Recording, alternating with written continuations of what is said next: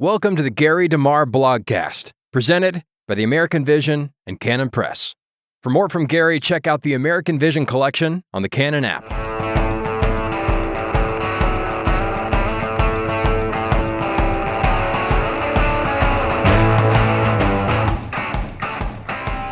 Welcome to the Gary DeMar blogcast. Today's entry is part 2 of Mistranslating the Bible to Support Abortion. The claim that an English translation of the Bible was changed to accommodate the Christian right to support its anti-abortion stance is biblically and historically bogus. I made note of these points in the previous article on the subject, but there is even more exegetical and historical evidence that the best translation of the text should read in English so that her children come out, long before there was a Christian political movement that began in the late 1970s opposing abortion. Umberto Cassuto, also known as Moshe David Cassuto, who died in 1951, was a Jewish rabbi and biblical scholar born in Florence, Italy. In his commentary on Exodus, he presents an accurate translation of the passage based on the nuances of the Hebrew. Quote, "When men strive together and they hurt unintentionally a woman with child, and her children come forth, but no mischief happens, that is, the woman and the children do not die, the one who hurts her shall surely be punished by a fine. But if any mischief happens, that is, if the woman dies or the children, then you shall give life for life." Now, Cassuto's commentary was published in Hebrew in 1951. This was before Roe v. Wade, which took place in 1973, and before the rise of the so-called Christian right, which took place at the end of the 1970s. Cassuto was a Jew and not a Christian, and he knew Hebrew better than Rutenberg and Zay. John Gill, who wrote a commentary on the Complete Bible, in his commentary on this passage, is familiar with the Jewish interpretation. John Gill wrote in the 18th century, so this is long before Roe v. Wade and long before the rise of the Christian right. And here's what John Gill writes on the section where it says, "And no mischief follow. To her," Gill writes, "as the Targum of Jonathan, and so Jarchi and Aben Ezra restrain it to the woman."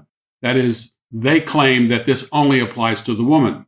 He goes on to say, "and which mischief they interpret of death, as does the Targum of Onkelos, but it may refer both to the woman and her offspring," Gill writes, "and not only to the death of them, but to any hurt or damage to either of them," close quote. The KJV, published in 1611, takes a different translation approach, but it is consistent with the text that children are coming out. The King James Version reads, "If men strive and hurt a woman with child, so that her fruit depart from her, and yet no mischief follow, he shall surely be punished according to the woman's husband will lay upon him, and he shall pay as the judges determine." Exodus 21:22. The use of the word fruit is a descriptive euphemism for a child in the Old Testament. For example, Genesis chapter 30, verse 2, and the New Testament. Remember, Elizabeth responded to Mary this way when she learned of Mary's pregnancy. I quote, "And she spake out with a loud voice and said," remember, this is from the King James translation, "Blessed art thou among women, and blessed is the fruit of thy womb." Luke 1:42. Anyone who claims that the translation of Exodus chapter 21, verse 22 was done in order to accommodate the new Christian right is just off the beam when it comes to the history of the translation of that particular passage and commentators on that particular passage. This is all one has to do in order to investigate the true meaning of this passage and the history of it is to actually do a little bit of historical digging. An additional translation point needs to be discussed. Tremper Longman takes the position based on translation ambiguity that, and I quote, "The safest conclusion is that Exodus 21, verses 22 through 25, should not be used as a proof text in support of either pro-choice, that is, pro-abortion, or pro-life position." Close quote. He argues that the passage does not regard the unborn child as fully a person throughout his or her development in the womb. It's only when the unborn baby is fully formed that personhood can be attributed to the unborn child. And at what point does a fetus become fully formed so it becomes a person? See, that's the argument that Tremper Longman is trying to make. Who gets to make that decision and based on what criteria? For most people in the Democrat Party, the fully formed distinction is irrelevant since a woman can decide to kill her unborn baby anytime during her pregnancy. The Democrats in Congress have repeatedly voted against born alive legislation. The legislation would require doctors to care for infants who survive botched abortions. Only 2 Democrat senators voted for the legislation in 2021. West Virginia's Joe Manchin and Pennsylvania's Bob Casey Jr. By rejecting the Born Alive bill for the 3rd time, Democrats have chosen once again to affirm the deadly logic of abortion, the belief that an unwanted child inside the womb or out of it never gains rights at all. Longman diverges from the Hebrew text and argues that since the Septuagint was used in Jesus' day, and that it was the main translation used not only by Jewish readers, but also by the disciples and the early followers of Jesus who did not read Hebrew. Therefore, its translation is authoritative for us over against the Hebrew, Longman claims. The Septuagint, often abbreviated as LXX, representing the number 70, is a mid-3rd century BC Greek translation of the Hebrew Scriptures. The New Testament writers don't use the Septuagint exclusively. Jesus and the New Testament writers quote from the Hebrew text and the Septuagint. Jesus quotes a part of Exodus 21, verse 24, and Matthew 5:38. But the Hebrew text and Septuagint translation agree. The writers are selective in what they quote from the Septuagint. It does not mean that the Septuagint as a whole is authoritative. This is true of the many English translations of the Bible, as we've seen with the way Exodus 21:22 is translated by some. The following translation of Exodus 21, verses 22 through 25 is from Tremper Longman's book, The Bible and the Ballad.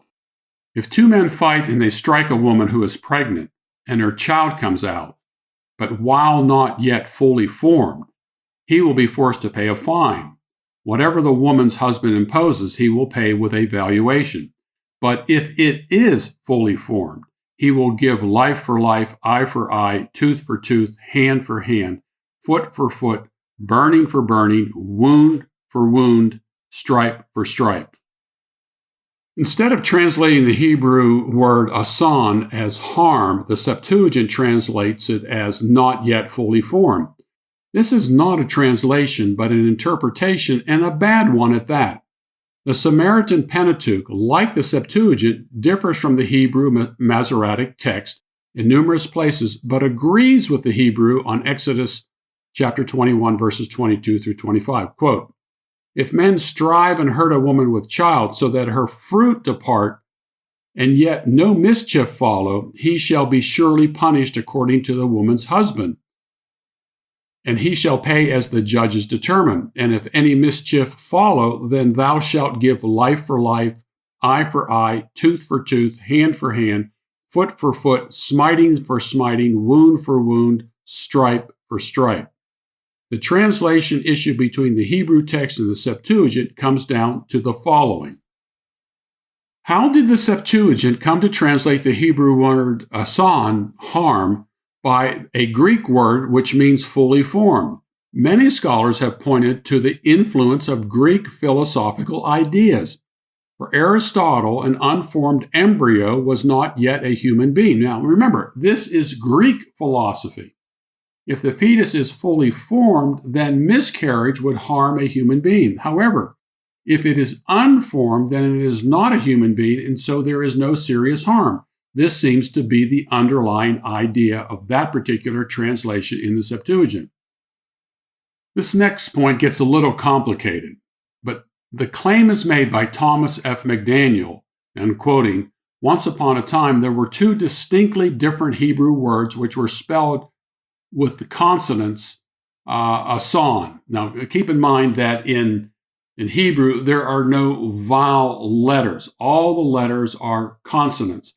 And what you have are vowel pointings and signs.